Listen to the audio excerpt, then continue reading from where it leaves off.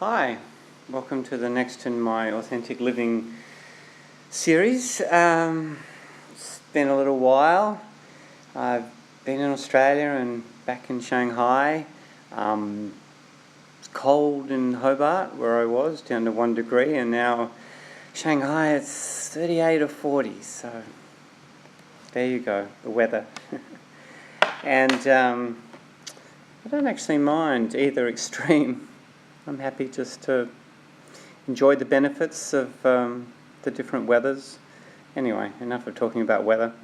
Although it is also about me. I spent 25 years of my life in Lismore, north coast New South Wales of Australia, raising my kids, and that was a pretty subtropical, very humid climate, which I got used to. And so I kind of don't mind stepping into the heat of Shanghai, even though it's sweltering and I'm sweating a lot. Anyway, so Gestalt, authentic living. Yeah, I thought I'd say something about coming up against relationships which don't yield to dialogue, because a big thing about Gestalt is dialogue, and I'm a great believer in it, and I think there's many circumstances where people get stuck, they don't know how to enter into dialogue, they isolate, pull back from relationship, or have conflict that doesn't really get anywhere. So, that's a big thing for me, is the answer is dialogue. And I think in many situations, with the right support, the right skills, the right attitude, it certainly is possible to establish a dialogue and find resolution in conflict or ways of getting closer. And I see that all the time in therapy, whether it's internal dialogue between splits within ourselves or whether it's developing the capacity to dialogue in the therapeutic relationship around issues. For instance, a woman I've worked with recently who, in China particularly, there's historically been a negativity around women and their role in just the kind of existence in a way, especially as children, like desire for male children and a sort of devaluing of female children. So we're working with this issue, and she was talking about difficulty with men and the way she feels intimidated or less than. And I said, well, I'm a man, let's work here instead of making it general and abstract. And she was kind of resistant to that, but I was insistent, because otherwise, these global topics need to be localised and made specific. And in the therapy, by making it about her and I, then we could explore it. And I said, well, this is like the test. Here it is. You've been doing a lot of personal growth work, and here's the opportunity. Me as a man, let's dialogue. Now, we've been working in therapy for quite a while and knew each other quite well. Nevertheless, women sometimes just see me as something not quite like a male, like a therapist who's there for them with lots of caring, But anyway, I'm stepping into my maleness with her and inviting her to experience herself as a woman in relationship to me. So we had this dialogue, which was, pretty amazing.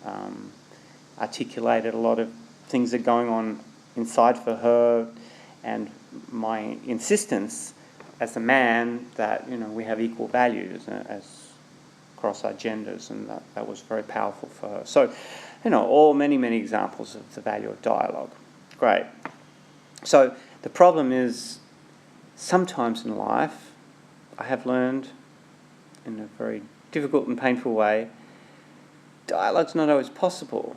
Now, I've encountered that personally, for instance, with my father, who, I appreciate many things about him, and I've got a lot in my life from him at a lot of different levels. However, he's a very self-focused person and not someone who really had much capacity to tune into another person, especially emotionally. Really lived in his own kind of world in many ways. And he wasn't really interested in relationship as I define it, or as many people might define it. For him, relationship was very much about topics of interest, particularly topics he was interested in, And yeah, that's about it. So, I mean, of course, we could have a conversation about those things to some degree, though it would always kind of devolve into his perspective. So I would attempt to have a dialogue, intellectual dialogue or something, but it was not really very satisfying. So, and it, where he would start becoming dogmatic or put downs or things that were interpersonally unpleasant.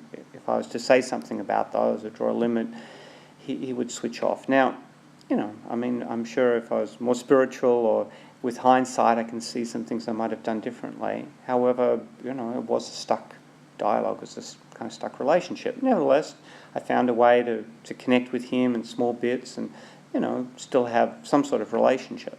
But a really meaningful dialogue, very few occasions we had that. There were a few occasions. So over many years, I'm the therapist, I'm the Gestalt therapist, I'm the great believer in dialogue. I kind of had to accept that there were limits, my limitations of my capacity, his limitations, and we just weren't going to have the kind of authentic relationship that I like in any way, shape or form. So I would keep trying over the years, try this, try that, and pretty well nothing really worked. I mean, he just wasn't interested or he just didn't have the capacity, whatever combination. And you may say, well, of course, there's lots of situations. But I'm saying for me, because I'm such a believer in dialogue and I found I have been able to use the skills and attitudes in many circumstances to connect across differences and difficulties. It's quite it's daunting but unsettling for me when I do come across these instances. Another instance with a colleague who I was close to, friends with for many years, did a lot of exchanges. And at some point he adopted a different kind of position in life,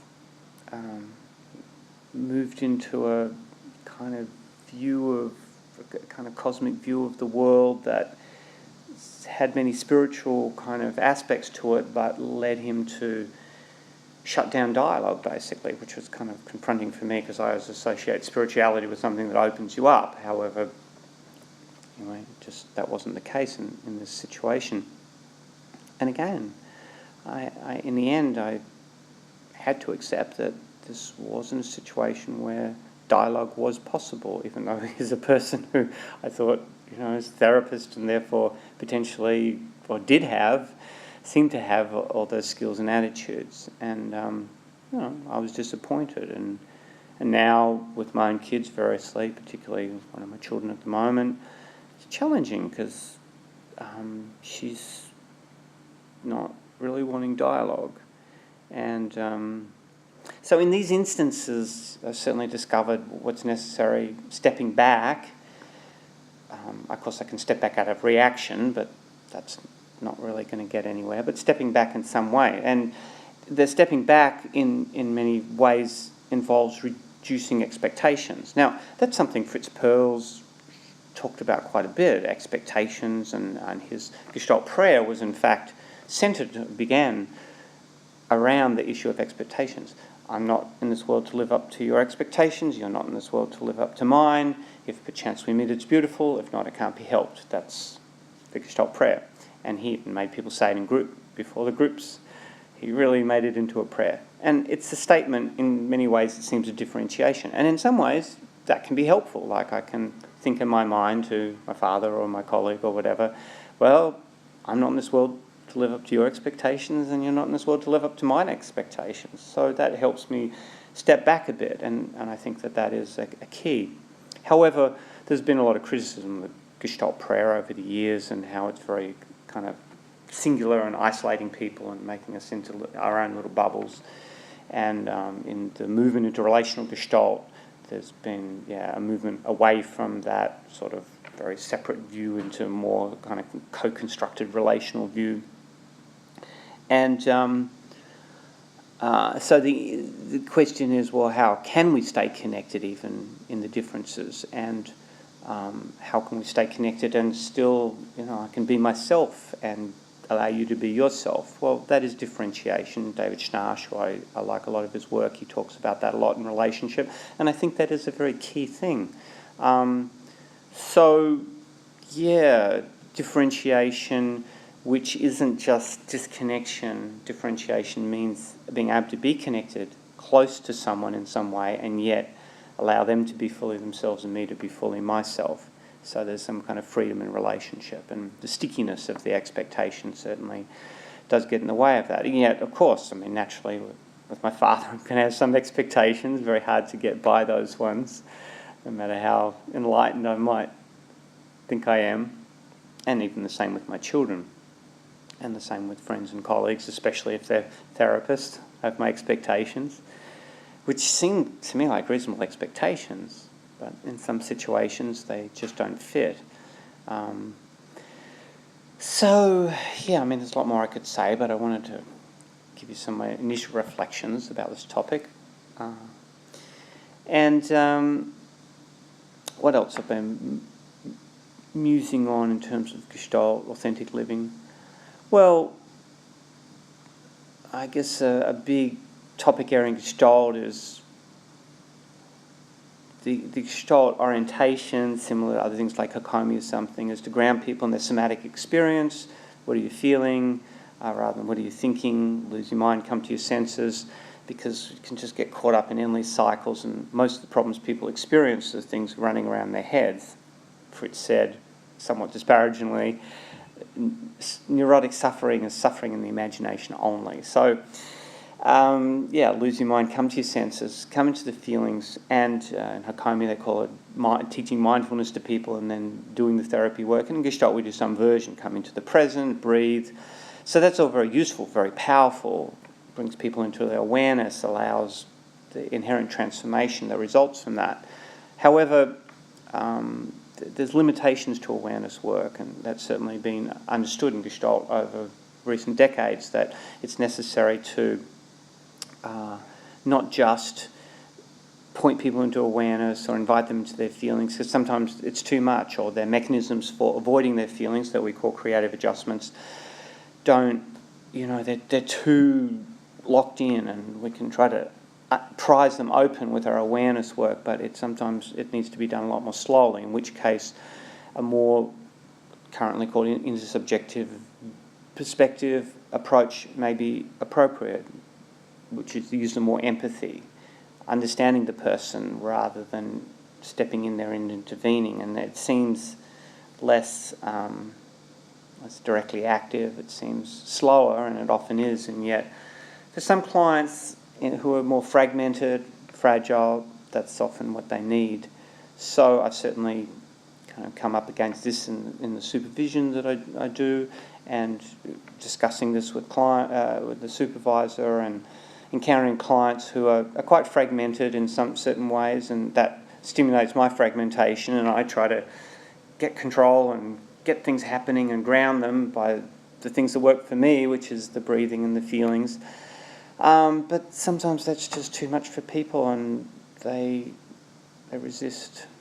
Gestalt therapy without resistance, we say, no, it's not the client resistance, me resisting them. So then the challenge is for me to go slower, to not to be content with smaller steps, and to see that people have their own pace in terms of how much they can step into the awareness work. And sometimes my invitation to stop and breathe and feel works, and sometimes it's what they feel is too much, so that's kind of counterproductive. What else? Oh yeah, I've got some Chinese clients that I've got an interpreter, and quite successful with these clients, I think, by mutual acknowledgement. And one of the things that strikes me is that the presence of the interpreter, particularly if they're women, I think I've come to the conclusion is very helpful, because that helps create a sense of safety in the room, and the presence of the third person, although they're kind of neutral, that their presence helps kind of produce more energetic holding for the client, and I've come to see that as really valuable.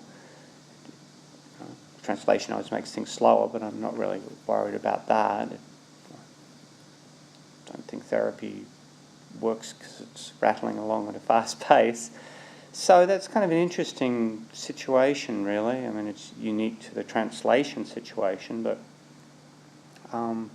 I can just see a lot of value in that, and I don't know how that could be generalized. However, it makes a big difference in some situations. Like I say, particularly I found with women, I'm a guy, I'm a man, and as much as they make me into the daddy or neutralise me, there's still my male presence. So I think the presence of particularly a woman as the translator helps create a sort of maybe also a male-female presence in the room, which as a dynamic is always quite balanced, and I think appeals at some core somatic level to people. I mean, that's where, for instance, if I'm doing couples therapy and I'm doing it with my wife, conjoint couples therapy, it's fantastic to have the couple in the room and to have the two of us.